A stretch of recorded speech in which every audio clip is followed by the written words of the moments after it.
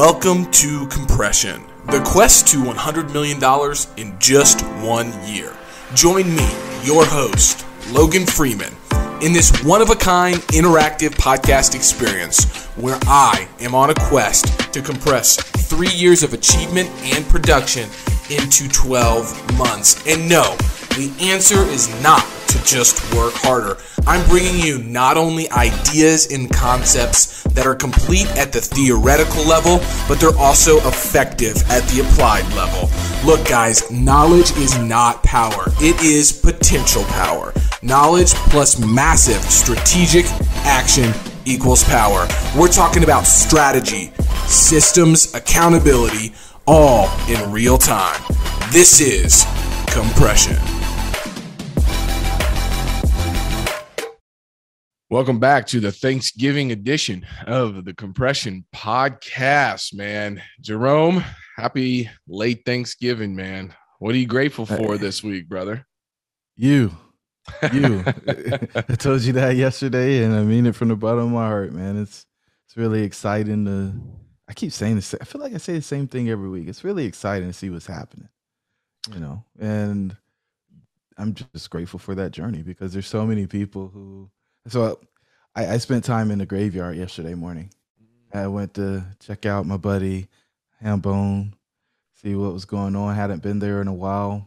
Tried to go, couldn't remember exactly where the site was, and then I used my friend Google and was able to figure it out. And so standing there, I was just like, man, it's almost 10 years later, and I'm still here. And trying to figure out what I had to show for all of those hours and minutes that I was fortunate enough to continue to be able to experience in this world. And yeah, man, it's so humbling when you actually think about what your breath means and the capacity that you have. And then I went down and got to hang out with my dad a little bit and saw my mom and my dad independently. They were kind of going in opposite directions that day. And my dad said, I want my life to matter. Yeah. And he's getting to the place where he's getting ready to retire. And he's like, I want to revitalize this town that I live in, and want to show me a building to talk about it. And I was like, man, it's crazy. It doesn't matter if you're 30, 60, 70, we all still want the same thing when we're apex performers. We want the time that we had here to matter. And so I'm grateful for being a part of helping other people see that and being on that journey with folks who are actually accomplishing that. Yeah, man, it's not normal, for people to be this intentional. And I think that's the only way that the world's going to change is if people continue to try to become more intentional. I have been encouraged through this year meeting folks that don't have the same process as maybe you or I do, but they are very intentional about what they're doing. It's fun to see other people's kind of frameworks on how they put all these things together. And you can definitely see the folks who are just distracted for sure. But when I get to talk with business owners and different folks like that, may not have the same processes or systems, which would probably behoove them to do that. But, there's a lot more out there than you actually think. And I think the piece of actually working on it on a regular basis is the differentiator. You have closers who is kind of what I'm speaking of, is folks that are really good at what they do and they are intentional. But then you have cleaners that are extremely intentional and have systems and processes around trying to get better on a weekly basis. I also wonder, like in 20 years, 10 years, 5 years, whatever the time frame is, it's like, do you use systems and processes like this to a certain extent, and then you get to a level where it's obviously going to change?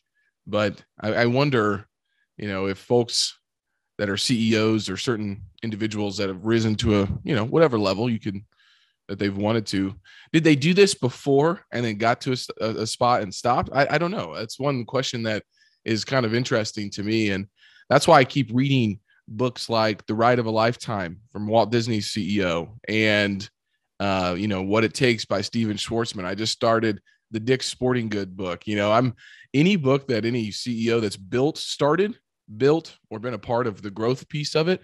I'm definitely interested in reading that. Sam Zell's book, all these different ones, because, they may not have these same systems and processes, but they just did it a different way. And it's fun to watch that, learn from those folks, and then implement certain things that you can on a regular basis. And so, I think that I've been encouraged through that this year, just learning more about other people's frameworks and how they're approaching this thing. And there's not one way, right? And it's been fun to kind of learn that and watch other people, through that process, not one-on-one like you, for me, but just kind of putting myself around those folks is interesting. So anyways, I just wanted to share that.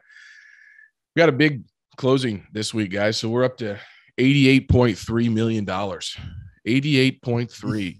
And I'm still chasing that $90 million mark, but I'm proud to say we finally got a big deal closed. First deal outside of Missouri and Kansas. So this is our Nebraska deal, and feel very good about that transaction and almost to the $90 million mark, so I can see kind of the light at the end of the tunnel just a little bit. But I was checking the pipeline this morning and I'm like, it's going to be a sprint. I'm checking the date. It's the 26th right now. So really I got 35 days, 35 days. And a realization set in today. It may not happen. There's a couple things that can happen that will make it work. But 30 days ago, we had to fill the pipeline up, and a couple of those transactions might push out. So, but I'm okay with it because I did the work that I know I needed to 30 days ago to fill that pipeline up. So, but happy to say $88.3 million is the mark that we're at right now, man. That's a big jump. And, got some great things to talk about today. The biggest piece that I wanted to chat through today, and I think the intention for today's podcast, is this flow state. And this is really important. This is something that 1% of people do and actually tap into. And flow is kind of an interesting thing. You can read the book by Mihai Csikszentmihalyi. I don't know if I said his name right, but I can't. You try to spell that name, good luck. He wrote the book Flow, and it's a very psychology-based book. And there's a couple other ones, Rise of the Superman. I can't remember who that guy, the author was of that, but kind of takes those same concepts and talks through how athletes have utilized this. But I remembered a study done by the University of California, and it found that it takes on average 23 minutes and 15 seconds to get yourself back on track after being interrupted. 23 minutes and 15 seconds. And that means if you're even lucky enough to just get distracted a few times a day, you lose an hour of work. And I think the number is actually a lot higher for most folks because they're distracted on a continual basis. But it got me thinking about this flow state and how I've been able to, over the last month, figure out how to stay in flow. And so we're going to talk about that today. And I wanted to set the intention really quickly on that front, because in my work, I have a lot of people reaching out to me. Everybody does, right? I've minimized social media notifications, email notifications, all of that stuff. But we inherently look for distractions. Distractions feel good. Distractions give you dopamine. You're looking for something that's going to make you feel good, and what I've found working with other folks is that, a distracted mind is one that's hard to get anything done and accomplished. And so you have to create an environment that you cannot, get distracted. And I did this, and I love this thing. My Apple phone, right? My iPhone, it updates, it's like, hey, you got a software update, man. You've been pausing this thing. You haven't done this thing. So guess what? Tonight, when you're sleeping, I'm updating the software. It doesn't matter. Like, it's to the point where, we're just going to update tonight. Like, you can't change this. It's just going to happen. And so it did, because I was too lazy to actually do it. And so it updated. And when it did, I saw that it came up with new do not disturb modes. And I was like, ooh, this is interesting. So now you got focus, and you got do not disturb, and you got work, and you can customize those things. Well, I didn't realize for 2 weeks my phone has been on do not disturb, to the point of no text messages, no emails, no phone calls unless you're a favorite in my phone. And I was like, man, I feel really good, man. I haven't been on my phone as much. I haven't checked it as much, because it'd also tell you how much you're on your phone and all these different things. I was like, I like this. What's going on? And I checked, and I was like, oh, I've been on do not disturb. And so my phone email might just go straight to voicemail when you call me, and I'm like, this is quite wonderful. And so then it got me thinking again, like, what is flow, right? And so I did a little research this morning just to kind of, break this down. Flow is a state of mind in which a person becomes fully immersed in an activity. And that author, I'm not going to try to say his name again, describes flow as a state of complete immersion in an activity. And while you're in this mental state, people are completely involved and focused on what they're doing. The ego falls away. Time flies. Every action, movement, and thought follows inevitably from the previous one, kind of like playing jazz. Your whole being is involved, and you're using your skills to the utmost. And I think that so many of us, not just when we're working, but when we're just trying to do life, live a distracted life, and you don't get in this flow state very often. And I am ruthless. I mean, ruthless to the extent of, I won't go into my office because I know I will be distracted if I have certain things that I'm going to need to get done. For example, I got to get my broker's license in Kansas, and we'll talk about this as a win here in a little bit. Well, I'm not going to be going through that training in the office. I guarantee you. I've got to get through that, and I'll be on the treadmill. I'll be on the rower. I'll be on whatever I need to, so I can habit stack that thing, so I can make sure that I feel good while I'm going through this mindless training, right? But the point being is, when you have a dedicated task where you need to get into your creative genius, your brilliance, you need to focus, you got to create an environment that you can do that, and you have to get your distractions off. There's another technique, the Pomodoro technique, where you could say, hey, look, I'm going to work for 40 minutes and take 20 minutes off, or 50 and 10, or 6, or 55 and 5, whatever it is. Your goal is to be able to work, longer for more on a task, more focused. But I think that it's really important to be able to have these dedicated times where your work and what you're trying to accomplish has no distractions. And that's why we get up early, right? I mean, I was up at 4 a.m. this morning, the day after Thanksgiving, because I had some pre-work I needed to get done. I needed to get ready for compression. I needed to do a few other things. I needed to do my breathing. And that's so intentional that you do those things in a time where you have no distractions, where my heart rate's at 50, just kind of in that state. And I've come to crave that time. And, I look at my email, it's filling up right now. I'm looking at all these other things, and those distractions are thieves. They're thieves of your joy. They're thieves of your happiness, and they're thieves of productivity. And once you can label those, then you can tame those. And I think that you have to be able to understand that it's the media, it's the world's job right now. They've made it their job to distract you. But apex performers and cleaners don't allow that to happen. So it's going to feel different. It's going to be weird. You're going to have to say no a whole lot more. But when you do, man, you start to really make some progress on these things. And what's allowed me to do this is obviously the habits that we've talked about, but then the power list, the critical task list that I've been utilizing and sharing with the team. When everything is important and urgent, how do you decipher which ones you want to do, right? And that's the that's the piece that I think that we talked about last week on this front. But I want folks to understand you got to get in flow. You got to have no distractions, and you got to be able to get focused. And if you can do that, that will change your life on the productivity side of things. You'll tap into flow. You'll be more enjoyable.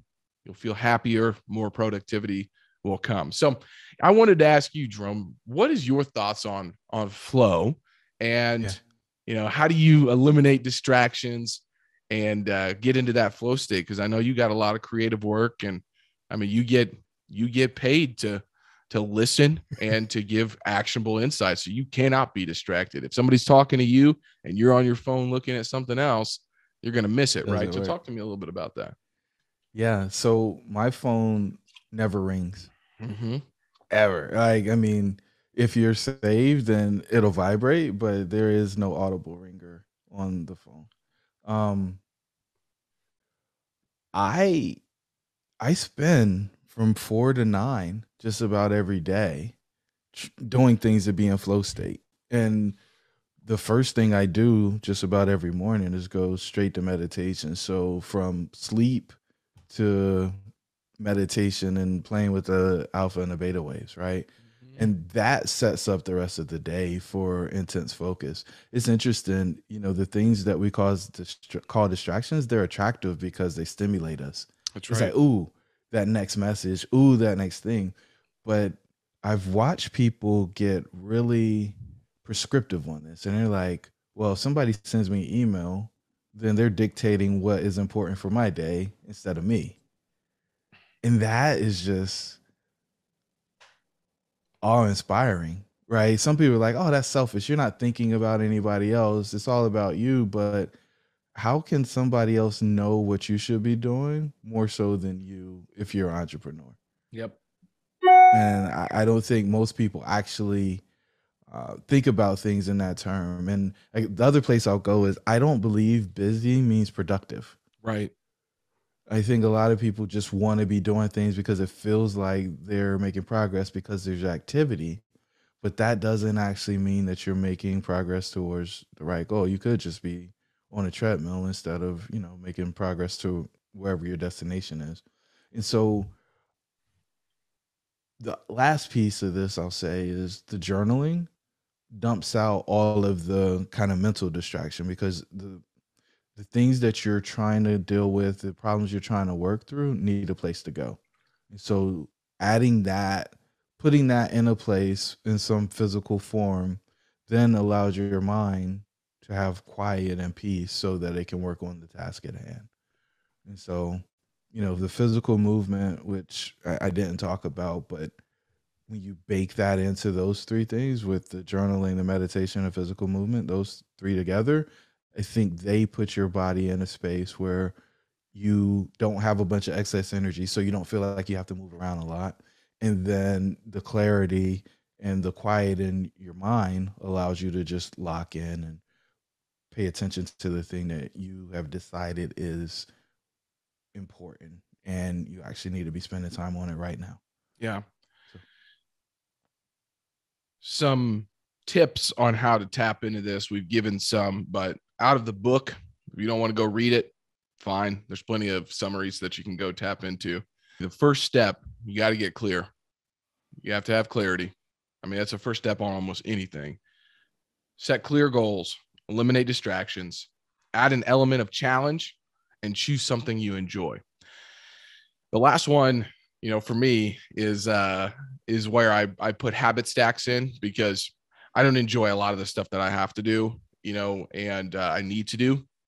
And so I stack them with a habit that I know that I do enjoy doing. And so that allows me to focus on that. So you got to get clear, got to eliminate those distractions, add an element of challenge, say, hey, I'm going to do this for 40 minutes. See if you can do it for 40 minutes without checking your phone or email or something like that.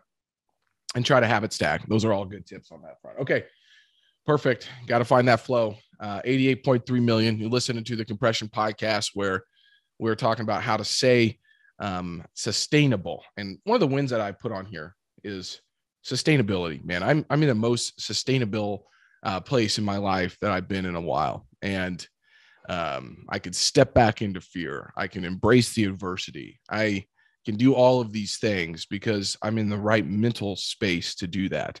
I'm trading expectations for appreciations. I'm working through challenges. I'm staying committed to what I've promised myself. I'm being congruent. I'm not shying away from hard conversations. And all of these things allow me to be sustainable. And so whenever I had a few meetings this week and they're like, I mean, I've been asked this question a lot recently. I don't know why, but it's like, Logan, where you want to be in 10 years, where you want to be in 5 years, why are you doing what you're doing?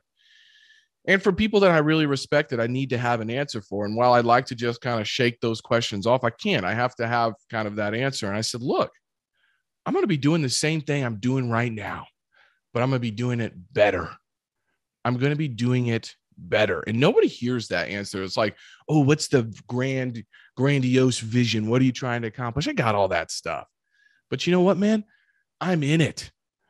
I'm in it. This is not a get rich scheme, or get rich fast scheme. This is a get wealthy slow game. And I'm building an operation, and that takes time. And so people like to hear that. They're like, oh, wow. So you're not just worried about the next shiny object. I'm like, no, I gotta do what I've got to do right now for the next 3 to 5 to 10 years, whatever it takes. Sure, it's going to change a little bit, right? But at the end of the day, you got to be sustainable with what you're trying to accomplish. And that's why we're talking about this flow, is because you have to make things that you're doing on a regular basis enjoyable, and you got to be okay with those. And once you understand what those most valuable priorities are, you can tie those profit producing activities to them. You can go knock them down. And I like to put my ability to get something done, from all right, strategy, idea, okay, go implement against just about anybody's right now. And that gives me a lot of confidence. Setting up this marketplace and this brokerage took a ton of strategy, a ton of crucial conversations that had to happen beforehand. And I was able to get that done. I've got the name, I've got the guy, I've got the team. We've got the transaction coordinator position going. I've got the website being built. I mean, all of these things all the while raising $9 million of equity, underwriting 3 to 5 deals a week, leading a team of folks at the business, of doing all these different things. And it's because I look back to my 30, 60, 90-day plan, and we already laid this stuff out, and I'm able to go tie into that stuff and then put my critical task list together and then get in flow. And so the progression that I want you guys to hear is, 45 days ago, we created the 90-day plan. Then you hear the power list. Now you hear the flow state. It's just my process that can be repeated for anybody else. And so I think that's the biggest learning I wanted to kind of get through is this is the journey. You set the goal. Now we're in it, and we're staying sustainable. And so that's kind of the themes that are continue to shape what we're talking about on a regular basis. One thing I needed to, because we're coming up on time already, because little Z-Man is going to be up soon. And I'm going to have to go relieve him or my wife of him pretty soon. But I wanted to talk about this one thing, because I do have a big initiative that needs to get strategized. And we're on a podcast right now, right? And FTW needs a podcast, Jerome.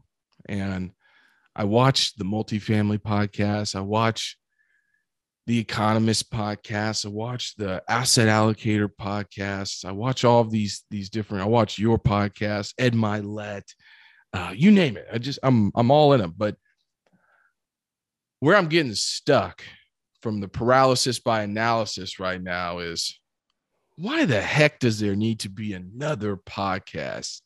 And that's not the right question. And I've gotten past that question, but I want to ask that question is, all right, FTW needs a podcast for next year. What space do I get to start in? Should I start in? What's the modality? What do people want? And how do I create a process around that, man? Or do I just get another podcast going and, it has its marketing benefits and all of that stuff and content creation, but I'm trying to create something special here, just like we did with the compression podcast. And I wanted to pose that question for you. knowing what you know about our business, what do you think our podcast should be focused on? And how can we be a little bit different out there in the space, man?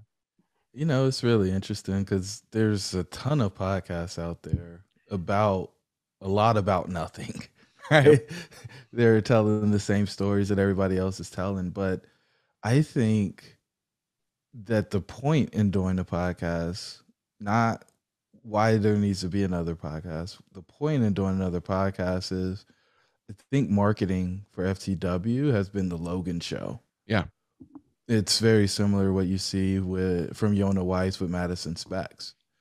And I believe the podcast, because FTW is more than just the F, it's important to bring the T and the W out Okay. so that they can see what is actually happening behind the scenes at FTW.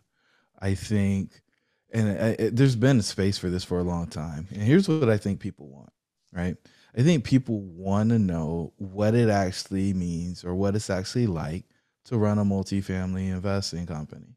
I think they want to know what it's like to make the sausage, because most operators they take the money and it goes into a black box, and the LPs see what happens in the quarterly reports. And a lot of people are only interested in the distribution. Yeah. But there are folks who are making big allocations who want to know that it's more than just a guy with a property management company that they're giving their money to. And it doesn't exist. Like, if you think of a multifamily investing reality show, it's what I see, where people get to see the good, the bad, the ugly. Maybe not to the same extent that they've been able to see on compression, but they get to see what it actually takes to run a property. And I think the level of credibility, and I won't say property, I'll say portfolio, the level of credibility that's created from that, because every person who's built wealth, like, is first generation wealth creator, they know that everything didn't go perfect. And your ability to be open with the missteps as well as the big wins, and them knowing what it took for you to actually get those wins, I think is going to open up a whole new window of investors that you wouldn't get otherwise. Mm.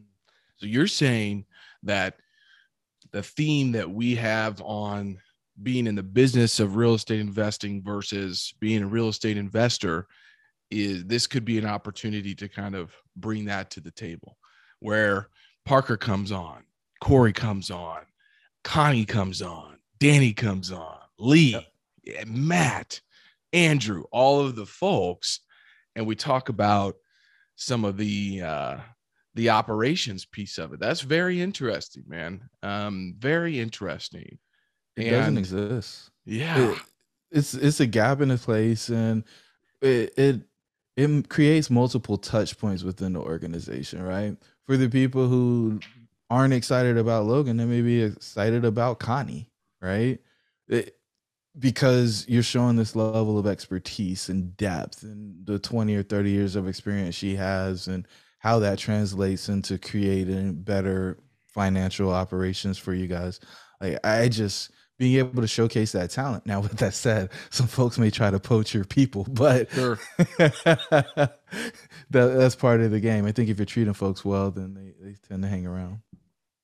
So I'm just taking notes, guys, because if I don't, I'll forget some of these things. So I'm thinking of, let's say each week, we have a different episode. So we got 4 episodes per month. First one might be on investment philosophy. Second one is operations, what's going on. Third one, we potentially have a guest on. And the fourth one, we go through wins and losses and learnings like we do on the compression podcast. Just throwing, ideas out there, making sure I take notes in. But that's really interesting. It's up to me to come up with the content on when we do have one of our employees come on and talk through some things. But I think that's a really interesting way to showcase, who FTW is, get out of just the Logan show and get into the FTW show. What about names? Let's talk about names, because if it is going to be, hey, we're trying to show you that we are a legitimate business and here's how it's, here's why. I think that's a huge benefit to family offices, investors, partners, co-GP partners, all of these different things, brokers, like, hey, you want to know who we are? Go listen to the 50 episodes about our company. Here it is, man. The name is very important, right? And why we settled on Exchange Commercial Real Estate is because of a book that I read from Richard C. Wilson about naming. And it's all about like the name needs to, tell you what you do about your business, and FTW does not.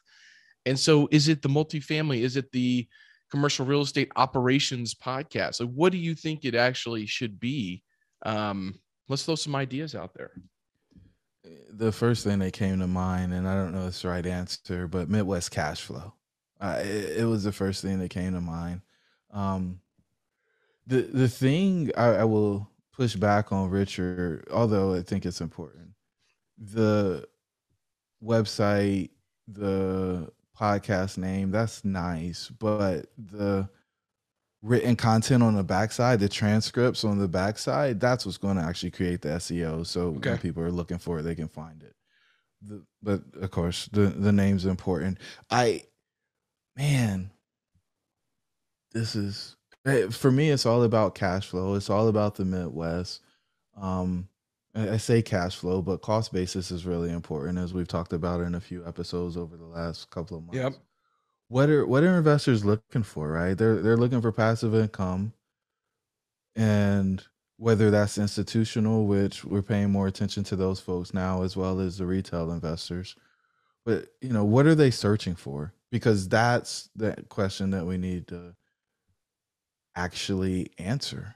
Something that's going to signal I'm looking for a place to place capital. You got me stumped here. Midwest Cash Flow is the first thing that comes to mind, though. All right, that's good.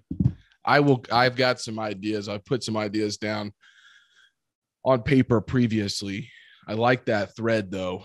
I really do. I think that having this be a virtual and real track record of what we're going through on a regular basis is very interesting.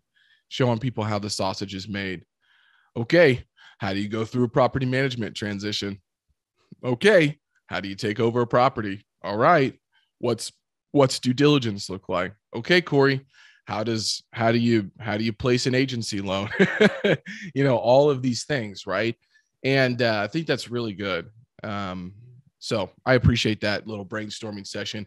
I will continue to enumerate on that and focus on what that's going to be. Love the idea of the reality show, right? I think that would be something that'd be really cool. That excites me because it's going to be interesting. And I mean, when I was out there with you guys last year, it just felt like we pulled up. It was like in the Wild Wild West, man. Yeah. What about the Wild Wild West of cash flow? I don't know. And the other thing that came to mind while I was listening to you was a play-by-play real estate investing or something. Just like everybody loves Kansas City football, like all of the things that are interesting as it comes to FTW and that piece of the world. Man, I think that's a hit, man. All right. Love it. All right, guys. It's Thanksgiving week. We talked about giving back last week. Stay grateful, stay focused. Think about flow and how you can eliminate distractions. Everybody wants to add something to their lives. What do I need to add to fix this? What do I need to add to, get better? Actually, what do you need to remove? It reminds me of the start, stop, continue mental model. What do you need to start? What do you need to stop? What do you need to continue? Go check out the Flow book. Take some of the tips that we've had here. Eliminate your distractions. Upgrade your phone, meaning upgrade your mind. Get a new software upgrade. Eliminate some of those distractions. And I think you're going to see some clarity come to fruition. We will check in next week on where we're at on the 60-day kind of plan, right? And we've been in this thing for almost 60 days now. So we'll go back to the GPS next week. So that'll be the theme of the next episode. I'll go through the goals, where I'm at, what we're doing, what am I falling short on, and how do I continue to push towards this $100 million mark. But I think this was a great episode. I want you guys to focus on flow, eliminating distractions, $88.3 million. Thank you for tuning in to another episode of the Compression Podcast. And I'll leave you with a quote from the author of the book, Flow. People who learn to control inner experience will be able to determine the quality of their lives, which is as close as any of us can come to being happy. People who can learn to control their inner experience will be able to determine the quality of their lives, which is as close as any of us can come to being happy. Just remember, everything is your own perception. That's your reality. And I want you to go enjoy your families and all the time, finish strong, but stay in flow and eliminate those distractions. Any closing thoughts, Jerome? No. All right, guys. Thanks for tuning in to another episode of the Compression Podcast. We'll be checking in on the GPS next week. Have a great weekend. Talk to you soon. Hey, compressors. If something you heard struck you, made you feel a little bit uncomfortable, good. Head on over to compressionpodcast.com. And then you can also subscribe wherever you listen to your podcasts at. If you feel inclined to, please leave us a review. It's obviously helpful. But instead, I'm going to call you out today. I'm going to call you out and make sure that you do your part, sharing this message by sharing it with one person that might need to hear what we talked about today. Be great. Nothing else pays.